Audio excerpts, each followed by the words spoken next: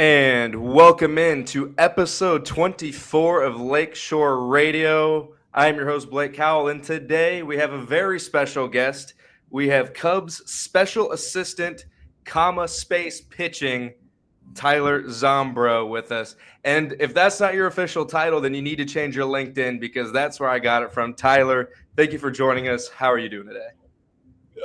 I think you got it right. It's what it says on these little business cards. So I appreciate that. You're probably informing me of what it is exactly, but I'm doing well, man. Thanks for having me. Yeah, no, thanks for joining us.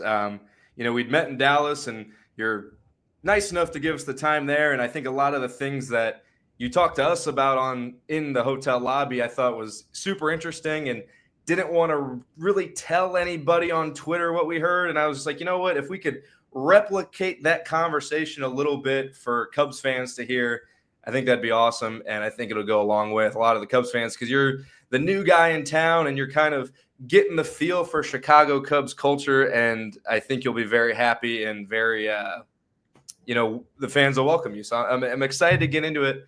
But I wanted to start with your playing career because you have an incredible story of just coming into the MLB as an undrafted free agent, working your way up. You have this insane injury, and then you keep fighting back to get back to baseball. Can you kind of just give us a good synopsis of just kind of your career and what had happened and just kind of the fight to get to where you are now? Because reading it online, after we'd met, I was like, I didn't know this about the guy, but now reading it, I feel like it's kind of part of your story. Yeah, for sure. Certainly a non-linear journey for me. Even going back to when I graduated college. So I was a pre-med major, had always done well academically. I worked part-time as an S&C coach, kind of fell in love with coaching, worked at a baseball facility separately. And, from that lens, I knew that coaching and impacting other people's careers was more important to me than impacting my own. And again, working full-time in college, draft comes. I'd had a good college career, went undrafted. And at that point, I was like, all right, I'm done with baseball. Mm-hmm. I couldn't have performed better. My velocity wasn't great. I didn't have the stuff. And so I'm like, let me help other people out. And of course, I signed as a non-drafted free agent 2017, go to the Gulf Coast League, go to Princeton, West Virginia in the Appalachian League, go to extended spring training the next year. And then 2019 is really when I ascended on the playing side. Went to AA, was between AA and AAA that year, was lucky enough to be named the minor league reliever of the year. Go to big league camp in 20. We have COVID. 2021, go to AAA. Obviously, that's when my injury happened. I'm super grateful that I'm in the position I'm in after that. And I was very lucky to be in Durham, which is an amazing community, and even more grateful to be beside Duke Hospital. Dr. Stephen Cook took care of me, had a severe skull fracture and an epidural hematoma. So I've got 32 screws and 16 plates in my head. Rehab off of that was certainly tough. And I have so much respect and admiration for people who go through TBI injuries and come back from strokes and seizures, and that it's not easy. It's not as easy as, rehabbing like a bicep. It's not just origin insertion and action and strengthen the muscle, right? Neuro rehab's a little more difficult than that. And again, I'm super grateful to have come off of that how I have, which was thanks to a great medical staff, great family support group, friend support group. And then really when I came back to pitching, which was a year later, I knew I wasn't the same. Like, my arm didn't feel the same. My body didn't feel the same. I probably came back too quick. And then I had thoracic outlet surgery after that, which was a complication from the head injury. And then after thoracic outlet surgery, I had ulnar nerve surgery. And then after that, going into this past spring training with the Texas Rangers, I had median nerve complications. So really just had a ton of blood flow and nerve related issues ever since the head injury.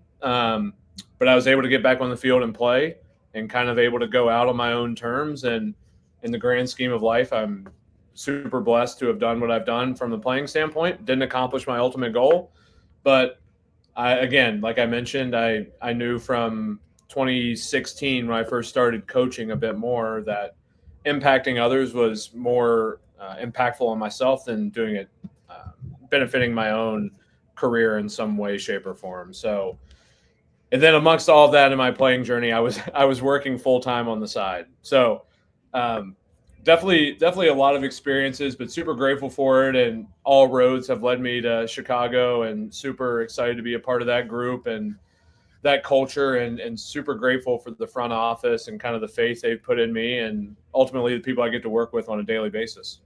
Mm-hmm. Yeah, no, it's a good backstory, and you segued me perfectly into the Chicago Cubs, the team on the north side, the 83-win Cubs that this city. I don't know if you're familiar with Chicago's sports landscape right now, but it's not good. We have the 5-12 Bears. We have the Blackhawks who are rebuilding for 10. We have the Bulls who can't get out of their own way, and the White Sox just set the record for the worst team in history. And you have the chance to be a part of right now the best team in the city, which we're still fighting for playoffs. We're still fighting to get back to that 2016 form, but we're lucky to have you, and we're glad to have you. What kind of, because I remember when we talked in the past, there's a couple other teams that were vying for your services. What kind of swayed you toward Chicago? What made you think, like, I know I can, bring something to this franchise to help kind of elevate us to the next level? Yeah, for sure. Great question. So I think, as I went through the process on my own, first and foremost, you have to think about the quality of people, right? Like, no matter the technical knowledge, the infrastructure of how good various departments are, if it's not good people, it's not going to work. Um, and indirectly, I had a relationship with Andrew Bassett in the past, who's the VP of scouting. He and I have become close, and he sung Jed's praises all the time to me. And it only took a handful of conversations with Jed to realize how good of a human being he is. On a personal level, takes care of his employees. You have an open relationship, and I think that's widespread, right? Like, there's not the kind of hierarchy component of hesitation with Jed or Carter or whomever it is. It's such a welcoming environment that you feel comfortable. And I think when people feel comfortable, that's when they do their best work. That pertains to our guys on the field too, right? Like, Yeah. you have to be comfortable and know what you're trying to accomplish here, and doing that together in a symbiotic relationship. And Chicago, with the infrastructure that had kind of been built behind Brez, and then Ryan Otero, who's been here through it all. So OT is the director of pitching, super intelligent guy, has built incredible infrastructure. And then you look at Garrett Chiato and acquisition. You look at JB overseeing the farm system, and now as being an AGM. You think about Jed, Carter. I look at medical and S&C, Kevin Poppy on the S&C front, who's super collaborative. The R&D team is incredible. And that's ultimately, I think, what pushed me over the ledge, is we have so many really good, motivated analysts that I know we're going to be able to get whatever information I want to get. And then with Tommy Hotovy, who's the best in the business and obviously counts, integrates at the major league level as well, let's get that information to the player and let's get them better.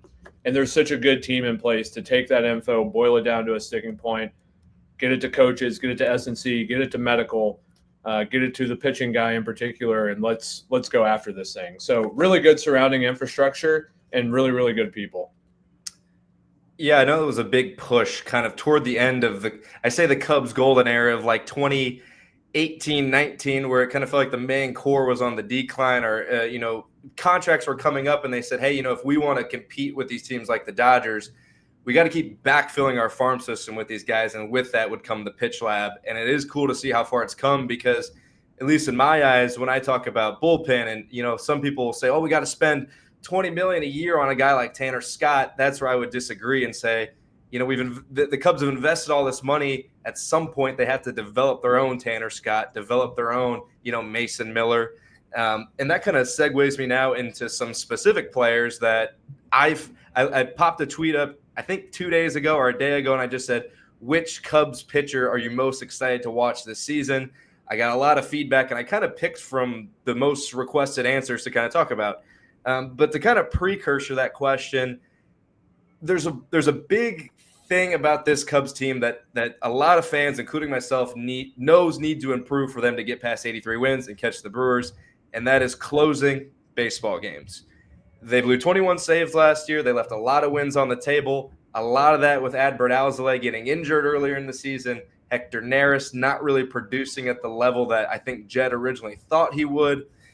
And there's a lot of interesting options on the Cubs. You know, Porter Hodge really fulfilled the role last year pretty good. There's a couple other options, one that I've been almost screaming for online, but I want to hear some of your opinions. What attributes do you think make a good closer, and what things do you kind of look for to say, if you're looking at this Cubs bullpen, and I'm not going to make you pick anybody, but are there certain things you're looking for that make you say, that's a guy that can close baseball games and do it at a high rate? Is there anything? Is it the swagger or the moxie of it, the living in the moment, or is there some analytical side that you look for? Yeah, so, first off, I'm going to use the counts line and just say it's not a closer, it's an out-getter. Everybody's an out-getter, right? And the pockets in the game that they pitch in is all super relative. You could have a bigger leverage index in the 5th inning, the 6th inning, the 7th inning. I came up with Tampa Bay, look no further than kind of how they've utilized the fireman role. Sure. And that's something that Counts is so good about, right? Like, he does so much homework on that to find the right pockets to put guys in, which gives you a lot of confidence in developing pitchers. They're going to go into the right spots at the right time. Mm-hmm.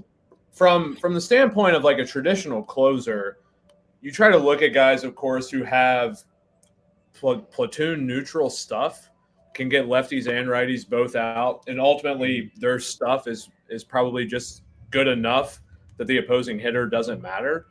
And I'll circle that back by illustrating your point of kind of the really good dev job that the Cubs have done here of recent, thinking about Porter Hodge and Ben Brown. So, like, I'll talk on those two.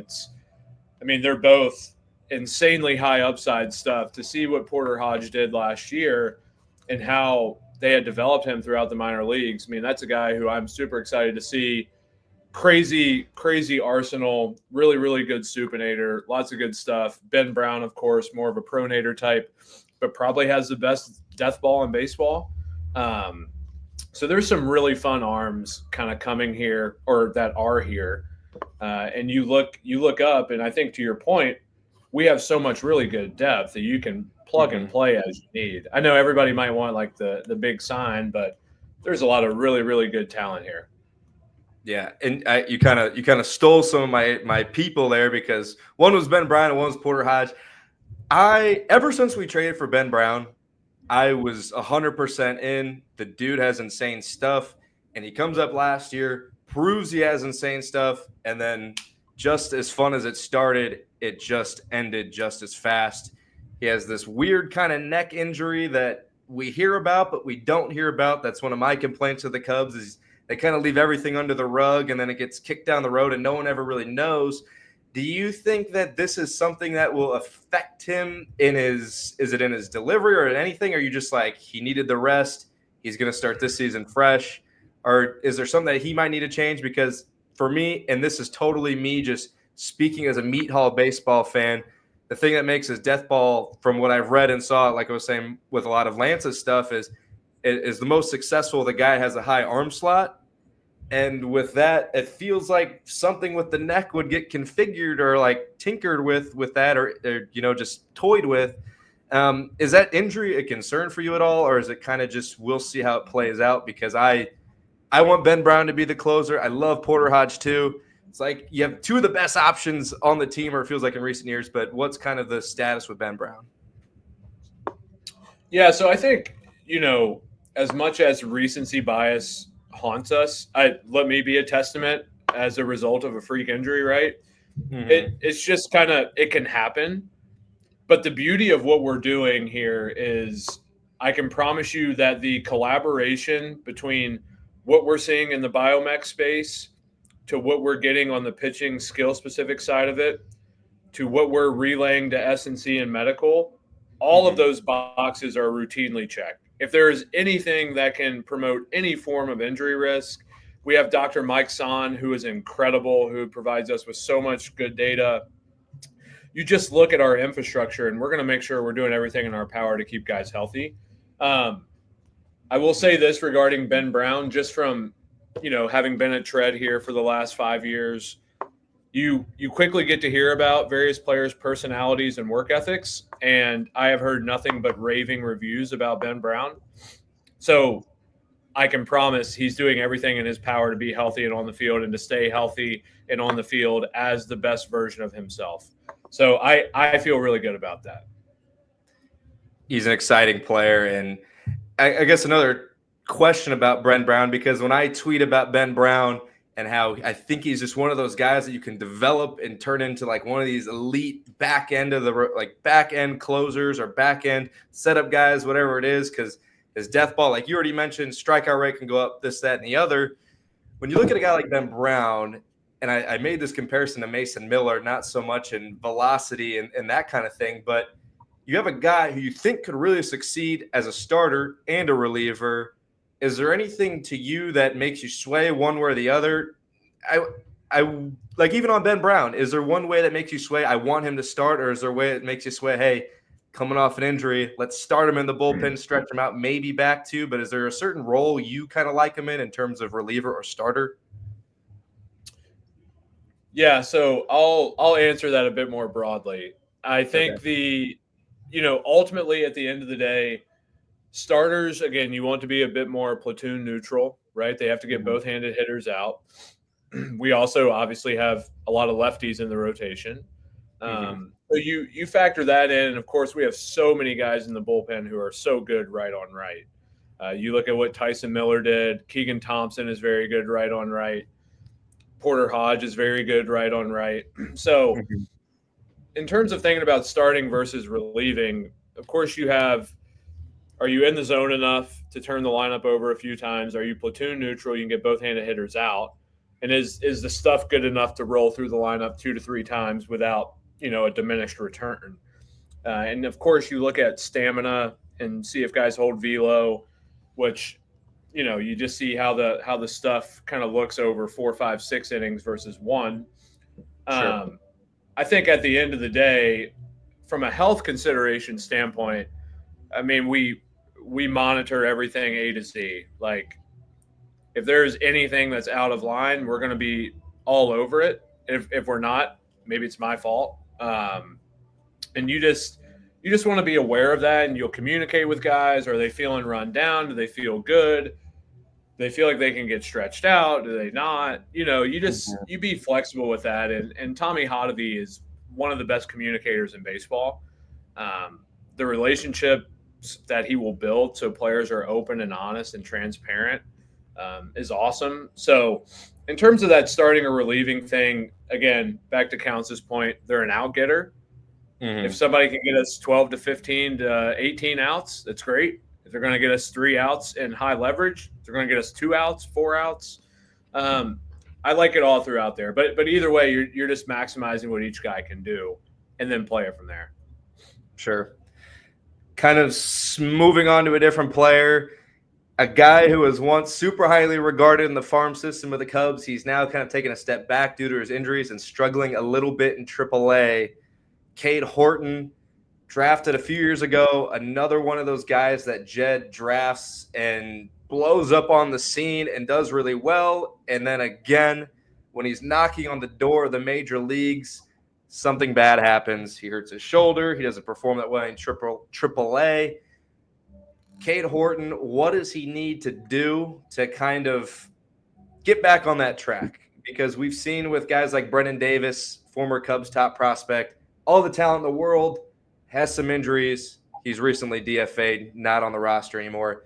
Hate to see that with anyone else, obviously, in the Cubs system or in their career in general. But what do you kind of see when you look at Cade Horton? What should Cubs fans kind of expect to see as he rehabs his own injury and comes back? Yeah, so again, similar, like we're going to check every box A to Z. And I know he's been working hard this offseason, and I know that our dev staff and everybody throughout the minor leagues is going to make sure we're doing everything in our power to control all the controllables, right? Like, at the end of the day, again, freak things happen and we can have recency bias, but if we're controlling how the ball leaves his hands, the biomech principles to get him to that point in time, what his underlying anatomy and physiology looks like. Like that's all you can do, right? And I know we've done all of our homework, and the dev team has done a really, really good job of getting him back on track. So I'm excited for that, because it's a testament to how hard everybody in the organization works, right? Like, there are so many players out there. If you were to survey 200 professional baseball players, I guarantee you that well over 50% say that teams had no concern or regard for their medical or returning to performance or trying to help problem solve. I mean, think about it. Me working at Tread and how many clients I've worked with over the last handful of years, like, that's because they feel as if they're not getting probably the attention or resources they need. And so that's never a doubt for me here in Chicago. And I think ultimately as a player, that's all you can ask for.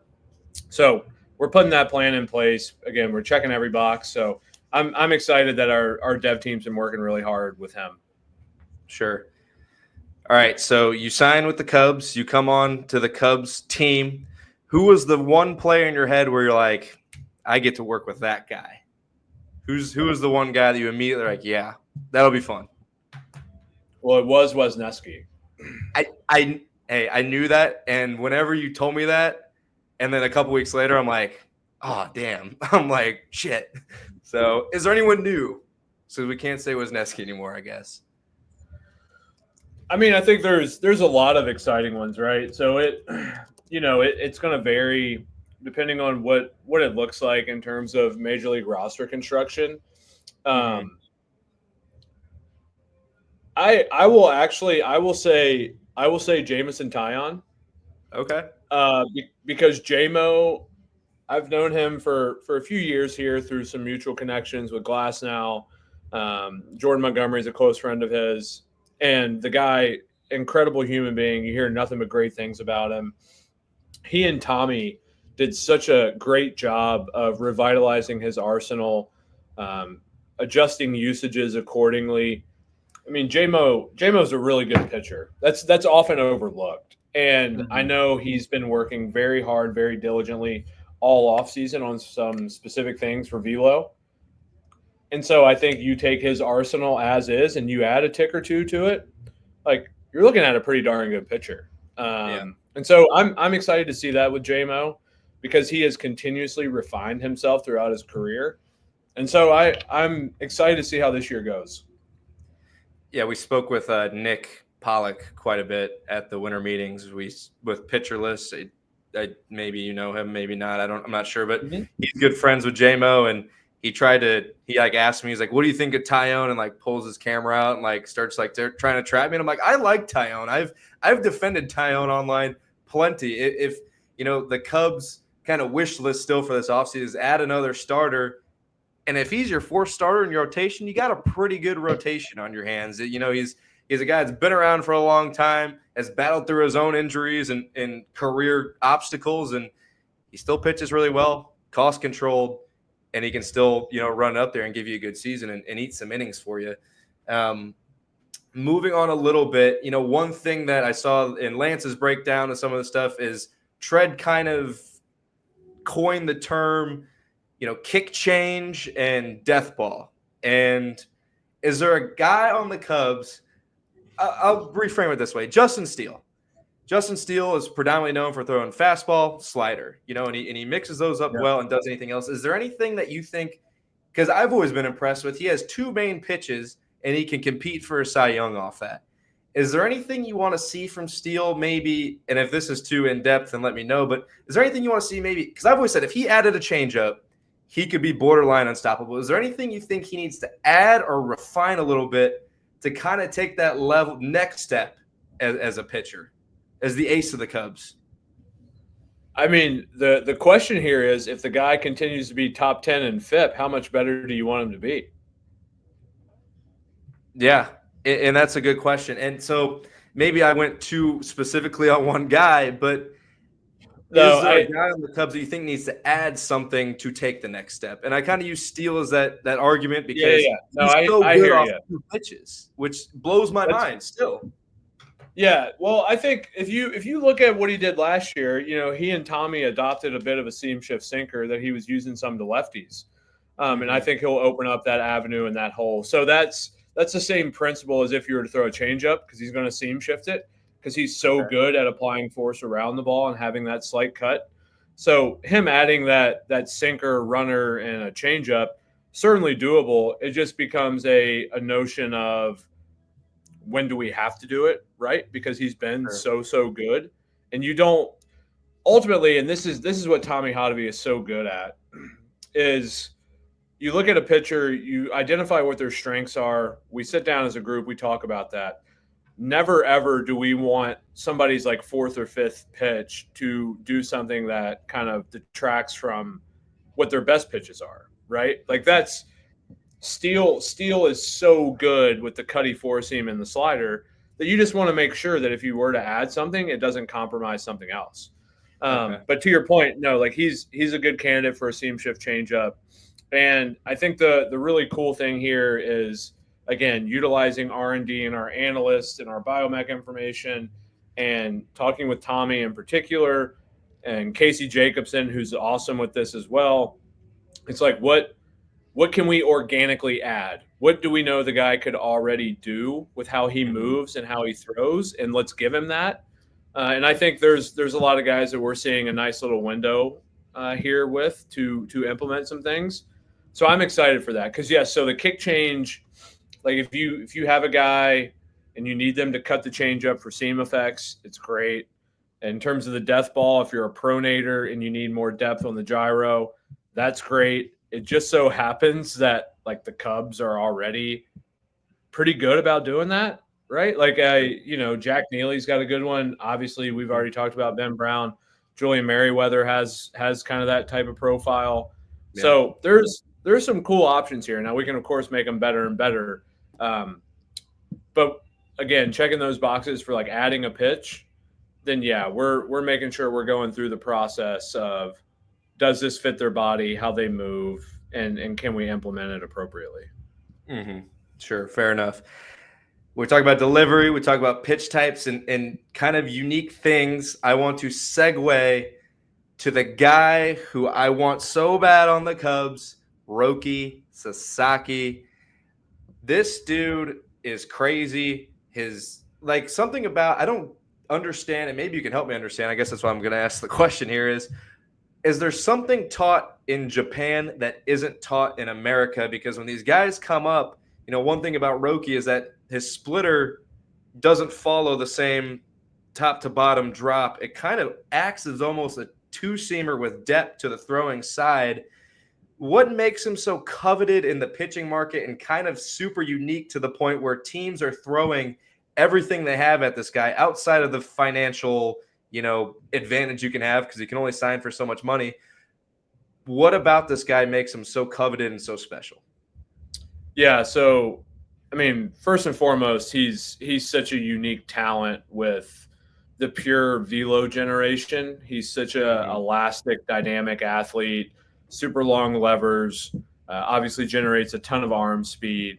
And you saw him, really kind of burst on the scene here and what he did in the WBC. And of course, with the split, the thing is he has such a good fastball. And then to your question about kind of Japanese pitching and Japanese culture, is they do typically teach splitters a little bit different than how somebody learns a changeup or split here stateside. So within that, they typically are much more comfortable with seam effects and cutting their split as opposed to actually trying to pronate it to get to the inside. I'm sure you've seen like Bryce Miller is a good example. A ton of guys who have started to cut their split more and have really found some success. And so with Roki, that's what you're looking at. It's the best fastball splitter combo in the world. And so within that, those release traits are kind of unique to a lot of Japanese pitchers, I would say. And so that's something you look to build upon. But he obviously is a generational talent. I also think his story is incredibly inspiring. You had the tsunami effects there in Japan, which affected so many people.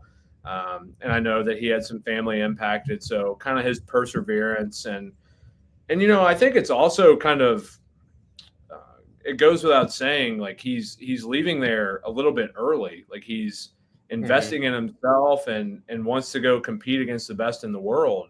I think that says a lot about his personality. I know his agent alluded to that in a lot of ways. So, I think it speaks to who he is as a person, which carries a lot of weight. Yeah, and I'm trying to think who exactly reported it, but I think Shota specifically, a lot of those guys look up to Yu Darvish as kind of that godfather of Japanese baseball, if you will. But I'm trying to think which actual writer reported it, but he mentioned, seeing Shota come over and dominate the way he did last year kind of inspired him, like, hey, I'm ready to kick it up a notch too, because, all these guys play together on their national teams, and, they obviously compete on a team together. And now with all the success with Ohtani and Shota and really, I mean, even Tanaka for a few years and Yu Darvish for however long he's been at this point. Interesting to see, and I'm fingers crossed that we get this thing done. I mean, who doesn't want a rotation? How do you not want a rotation of Roki, Steele, Shota, and our guy Tyone?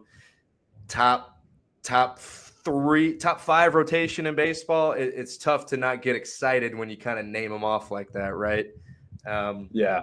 Yeah, for sure. I think to your point, yes, Darvish is incredible. I've heard he's an amazing mentor. He's super informed, super knowledgeable, super humble.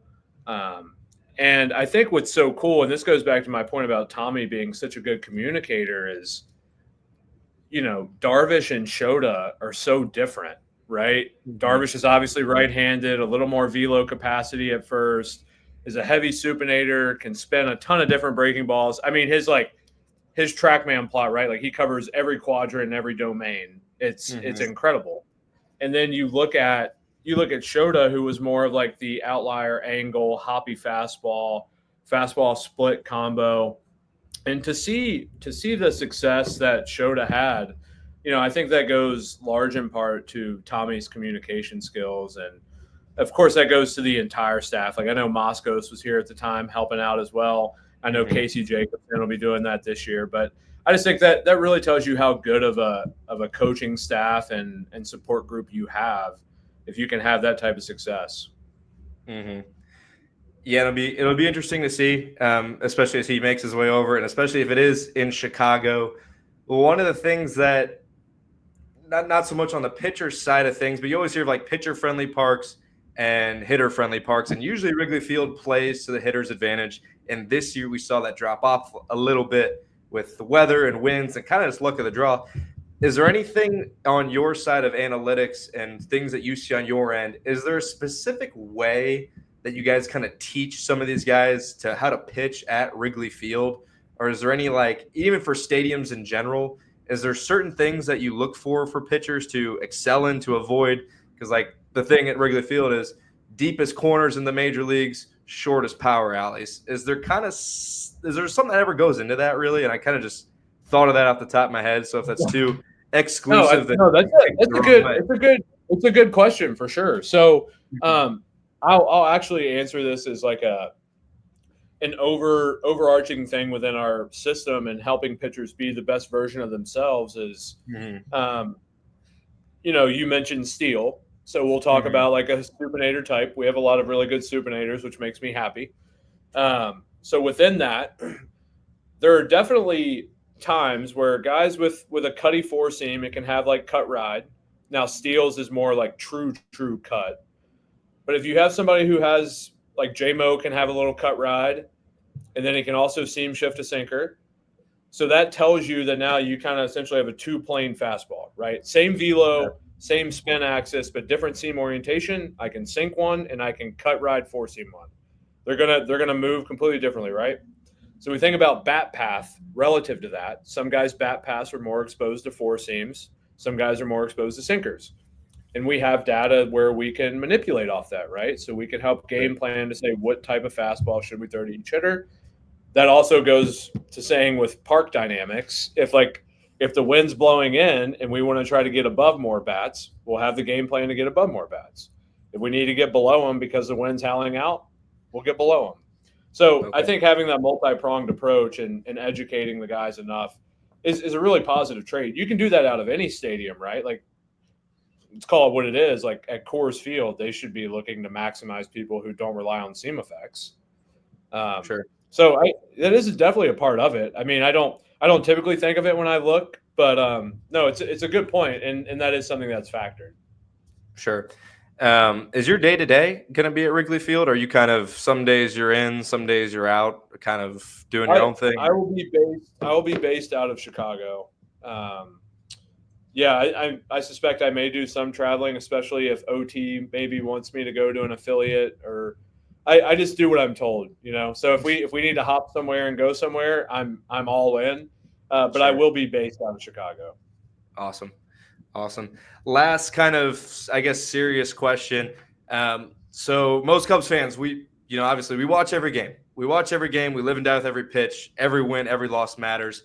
If I'm sitting on my couch in mid-July and I'm watching a game, what should I be looking for? And you know the meme of Leonardo DiCaprio where he's leaning up and whistling and pointing at the TV. What can I wait to see at the TV where I go, that's Zombro. That's a Zombro thing. Is there anything that you specifically want to kind of see, and so fans can kind of see it? Or, I guess you kind of know what I'm asking here is like, what do you want us to see and say, that's a Zombro thing? We wouldn't be seeing this if it wasn't for that guy. I don't know if there's anything that useful that I can provide. Brag on yourself. This is where you brag on yourself, Tyler. Come on. I mean, ultimately, that's so different for each pitcher type, right? Is you're aiming to solve for it's the really small things, and that often goes overlooked. But there's so much talent that the organization has done a great job of acquiring and kind of having here at the big league level, and you're trying to win on the margins, right? If a guy like Daniel Palencia is in zone maybe 4% more of the time, if he's over the plate 4% more of the time, like that guy's a really good pitcher, right? And so it's the small things like that to me, where we're really trying to win on the edges. So I can't say there's one thing, because of course every guy is going to have like one probably narrow goal, whether that's usage, movement, end zone rate, over the plate percentage, some controllable thing that they can do. It's going to be different for each guy, but ultimately our job is to maximize that for each of them. And I know we've got the staff to do that. So I wish I could give you one thing in particular. I'll fingers crossed that we just don't blow more saves, and then I'll just give you all the credit online. And I'll just say that's a Zombro thing. We only blew 10 saves this year, not 30 or whatever it was last year. Then if it's more, then I'll blame someone else. I won't blame you. So just yeah. That sounds good. Just keep framing guys as out-getters, right? Like, okay. We'll just keep I promise we will have the best methodology possible to get 27 outs. Okay, I can ride with that. I will. Because see, now that you came on the pod, is this your first like Cubs centric pod interview, or have you done one before us? I don't know if you went on Marquee. No, I've talked to a couple people, but you guys were just so nice in Dallas that I figured I had to get in here. You guys are big loyal Cubby fans. I'm used to thinking about the Trop and there's no fans in there. Oh so. Wow. Well, now they're playing in a smaller stadium, so maybe it'll be sold out. But well, this is the thing now. So I've been workshopping this all off season. I am known to defend Jed. I told you that. So I settled on the Jed Gents, or I said Jed Gentlemen, and then one of my followers said the Jed Gents. So now we're rolling with the Jed Gents for his defenders. So now I got to come up with Z's a little tougher. So maybe it'll have to rhyme with Tyler something or Zombro something. But don't worry, that's my department. You focus on the pitching. I will focus on the quips and witty phrases. But now we will defend you at all costs. If I see anyone talking shit online, I got your back. Don't worry. I appreciate that. That'll make me feel better. Awesome. Yeah, no, I got you. But last question. This is an important question. You go to a baseball game. You're going to enjoy it, whether it's Wrigley Field or the Trop or wherever. What is your favorite ballpark food? Man, I can't believe how hard this is to me, because it's been so long since I ever attended a baseball game as a fan. Yeah. I will say, growing up, Baltimore was the closest team because I'm from Virginia. Okay. They always had these crab fries, so that was always my thing if I was going to a game. So by default, I have to say that That's fine. because that's just like the hard truth of any recent game I've actually attended. But I don't. Yeah, now I wouldn't know. But what's yours? I am a nachos guy. I live in St. Louis, so I go to every game that the Cubs are playing in St. Louis, and I go to Wrigley Field a couple times a year. But the one thing about Busch Stadium and any stadium, nachos, whether it's pulled pork, the regular beef or chicken or whatever, it's the best $20 I spend every time I go to a ball game. I will eat nothing else. Sometimes Wrigley Field, I'll mix in a hot dog, just come in the area, but I'm a nachos guy. So how do you're a Cubs fan in St. Louis? How's that work for you? And also, how do you like Busch Stadium? Busch Stadium, if there's one thing, say something nice. One thing about the Cardinals is Busch Stadium, very nice, very clean. I live about 10 minutes from there. It's a quick Uber now from my apartment, so I like the closeness of it. I just don't go to any games except they're playing the Cubs, and the tickets are like $5 on a Tuesday. So I don't get to use I could use it, but I choose not to. But no, Cubs fan being in St. Louis, my grandpa was a huge Cubs fan. So anytime I was younger and we'd go up to north to visit, they'd always be watching the games in their garage, drinking beers, hanging out. So I think I know it's where it stems from. But the same for a lot of Cubs fans is family and WGN. That's unfortunately not a thing anymore, but just the reach. And, I always had a knack for being a little different, I think, down in St. Louis. So when I would wear my Cubs shirt and everyone else would wear red, I say picked on, but very lightly picked on, all in good fun. But the day they won the Cubs won the World Series, I had my W flag over my shoulders like I just won a huge title fight in UFC, and it smelled like champagne even though I was 16, and it was a great time. So I love that. You gotta live and die with it. Who is give me your like Mount Rushmore of Chicago Cubs then? My Mount Rushmore of Cubs. I'll just say the ones that I've watched because I can't some of those that's fine. Yeah. I would say number 1, Alfonso Soriano. I was an outfielder when I played. I loved doing the hop when I catch the ball. Got me in trouble so many times in Little League. Oh man, I was number 2, Chris Bryant. One of the all-time Cub greats. It's unfortunate now it's happened to him just with injuries and stuff. I would say, man, this sort gets tough, huh? I would say Anthony Rizzo's on that list too. Should have been a Cub for life, wasn't, but I'd say Rizzo 3. Ooh, and then 4. I'm trying to think of a current Cub or one. I would say right now is Justin Steele. I think he gets the 4th spot. Last year when they were kind of struggling and in the up and downs of the season, I was like, they need one guy to just step up and start cussing people out. And I think it was the game after Steele comes to the dugout and starts MFing people and get it together and blah, blah, blah. And then they go on a run and nearly save their season. So I'd say those 4. John Lester he's right on that. I was choosing between Steele and Lester, but I'll give it to Steele for now. I'm a huge fan, and that's why I had to throw a little Steele question in there too. I have big hopes for him again this season. So. Got it. Good list. Thank you. Final question, and then we'll wrap it up. This is just a quick follow-up, I guess, from the food question. What's your opinion on Dippin' Dots? So fun fact here. Not a fun fact, it's just a fact.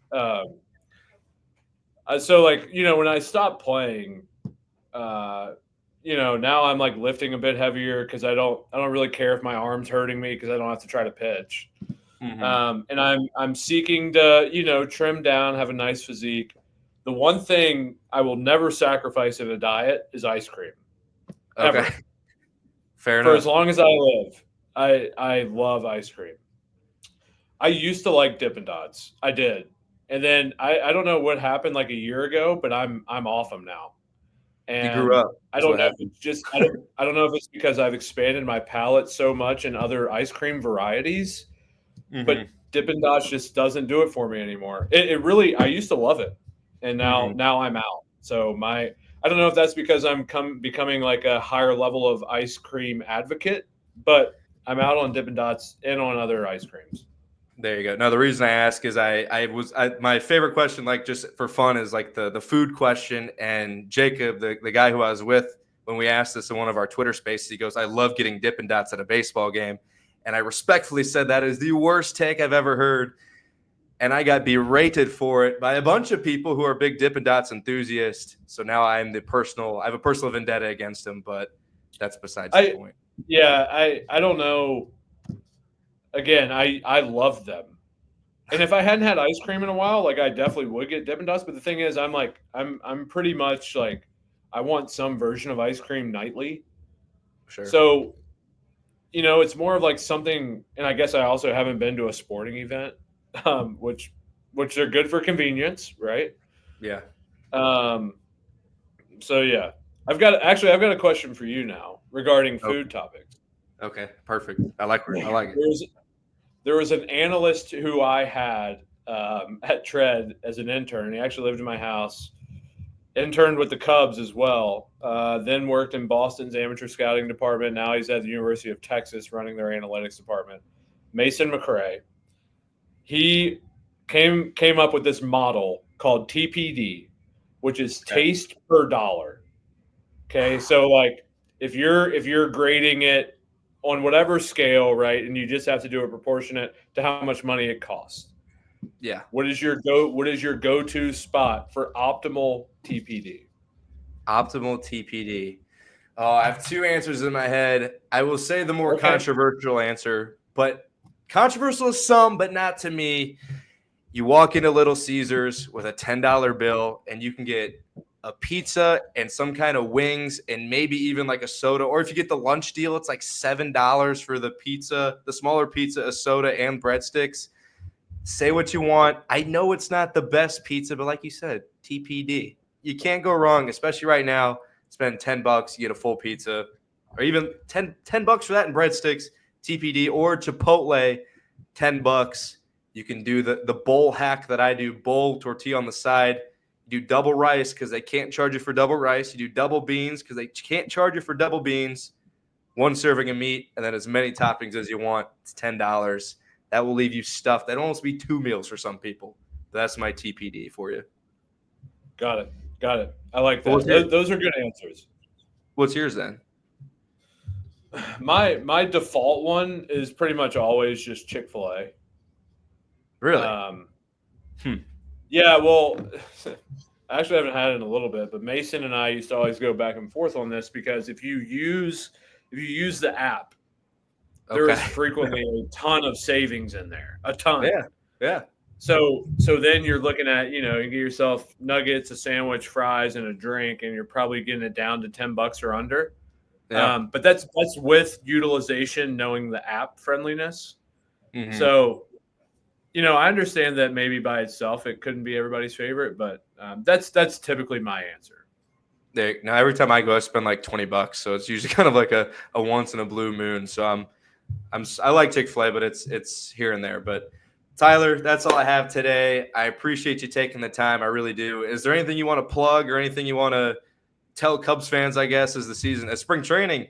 I mean, shoot, 4 weeks away ish, little less. Is there anything you got to plug or anything? No.